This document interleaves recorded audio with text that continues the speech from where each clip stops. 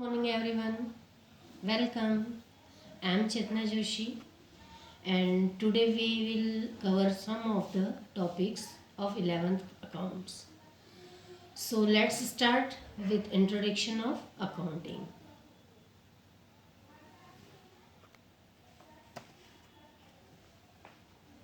Money plays a vital role in the all activities. सारी क्रियाओं में मनी का रोल बहुत इम्पोर्टेंट रोल होता है। प्रत्येक व्यावसायिक या गैर व्यावसायिक संगठन या व्यक्ति प्रत्येक गतिविधि को चलाने में मनी का एक इम्पोर्टेंट रोल अदा करते हैं। जिस कार्य में भी रुपयों का उपयोग होता है वहाँ पे मुद्रा का लेखा जोखा रखना, रिकॉर्डिंग करना, उसकी एंट्री रखना आवश्यक होता है, जिसे सरल शब्दों में हम अकाउंटिंग कह सकते हैं।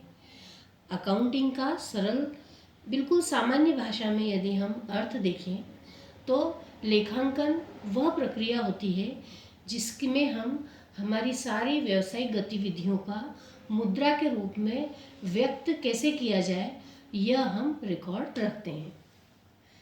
लेखांकन व्यवसाय की भाषा है, लैंग्वेज ऑफ अकाउंटिंग, जो वित्तीय गतिविधियों के संप्रेषण आदान प्रदान का एक माध्यम होती है। इंट्रोडक्शन ऑफ अकाउंटिंग में हमने इतना देखा। I think you are all clearly understand. Now we will start meaning and definition of accounting.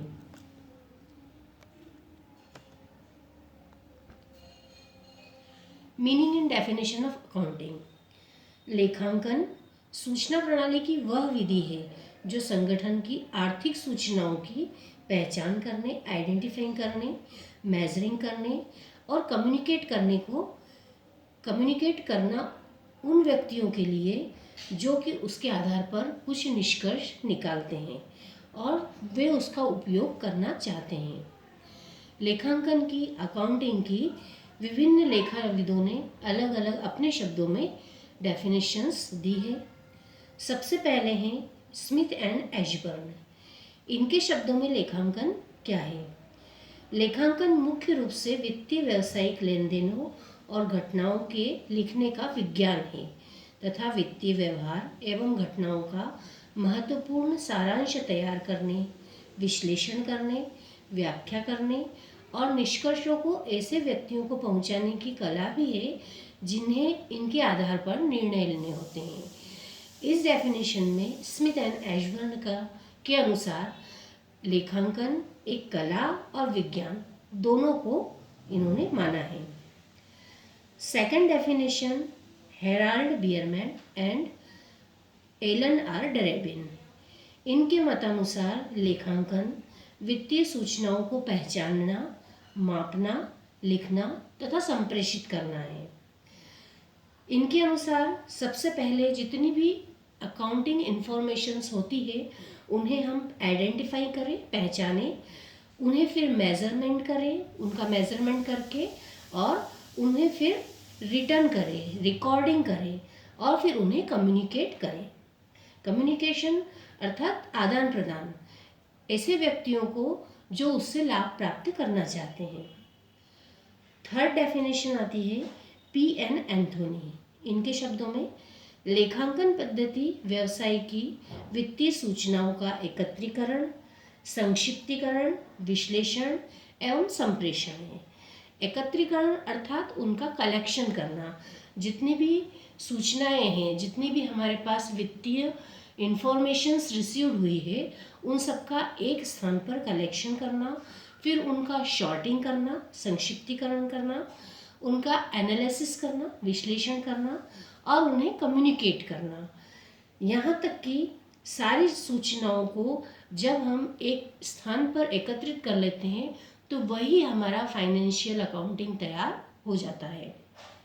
इन सभी डेफिनेशंस को देखने के बाद एक सामान्य भाषा में या सरल शब्दों में एक डेफिनेशन हम यह निकाल सकते हैं कि लेखांकन व्यावसायिक लेन देनों की पहचान करने, उनको मापने, जर्नल में प्रविष्टि करने, खाता बही तैयार करने, उनके शेष से तलपट एवं अंतिम खाते तैयार करने तथा सभी सूचनाएं संबंधित पक्षों को संप्रेषित करने का कार्य करता है, जो उनके आधार पर आवश्यक निर्णय लेना चाहते हैं, जिससे कि वे लाभ प्राप्त कर सकें।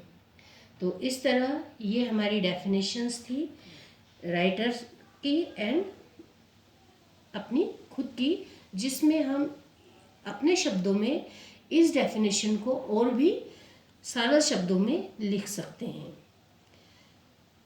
अब आएगा लेखांकन प्रक्रिया की अवस्था, स्टेजेस ऑफ अकाउंटिंग प्रोसेस। लेखांकन प्रक्रिया की मुख्यतः 8 अवस्थाएं मानी गई है। इन 8 अवस्थाओं में से जितनी भी स्टेजेस हम करते जाएंगे वो सारी स्टेजेस इंडिविजुअल इम्पोर्टेंस रखती है। हर एक स्टेज का अपना एक महत्व होता है तथा उनके आधार पर ही उनके चैप्टर्स भी डिसाइड किए गए हैं। तो सबसे पहली वाली जो है स्टेज प्रक्रिया, वह है व्यावसायिक लेन देनों तथा घटनाओं की पहचान करना, आइडेंटिफाइंग करना द ट्रांजैक्शन एंड इवेंट्स। व्यावसायिक सौदा, बिजनेस ट्रांजैक्शन, जो भी हमने बिजनेस में लाभ प्राप्त करने के लिए या बिजनेस की किसी भी एक्टिविटी को पूर्ण करने के लिए जब हमने कोई सौदा किया है तो उसे पहचानना, और फिर उसे सेकंड नंबर आएगा मेजरिंग करना, मापना। जब हम पहचान लेते हैं उसके बाद उसका मापन इन मनी मतलब रुपयों में किया जाता है। थर्ड पॉइंट आएगा प्रविष्टि करना, रिकॉर्डिंग करना। रिकॉर्डिंग करने की प्रोसेस अकाउंटिंग प्रोसेस में सबसे महत्वपूर्ण मानी जाती है। थर्ड पॉइंट प्रविष्टि करना, रिकॉर्डिंग करना। पूरे अकाउंटिंग प्रोसेस में सबसे इम्पोर्टेंट पॉइंट जो होता है वो है एंट्री करना, प्रविष्टि करना। जब हमने सबसे पहले रिकॉर्डिंग करने के भी पहले की प्रोसेस दोनों पूर्ण कर ली, अर्थात हमने आइडेंटिफिकेशन कर लिया, मेजरमेंट कर लिया, उसके बाद जब हम उसे लिखना स्टार्ट करेंगे तो इसके कुछ डेफिनेट रूल्स होते हैं जो हम आगे देखेंगे।